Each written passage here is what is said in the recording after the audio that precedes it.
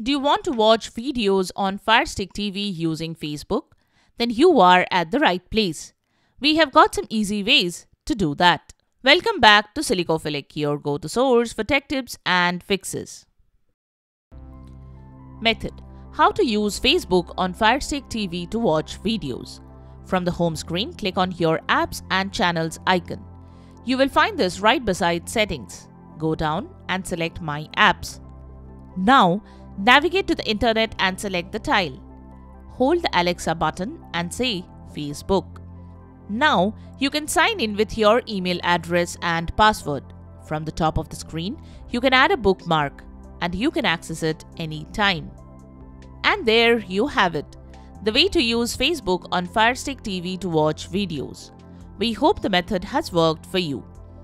If you found this video helpful, don't forget to give it a thumbs up and subscribe to our channel for more tech tips and troubleshooting guides. Leave a comment and help others know about this video. Thanks for watching, and we will see you in the next video.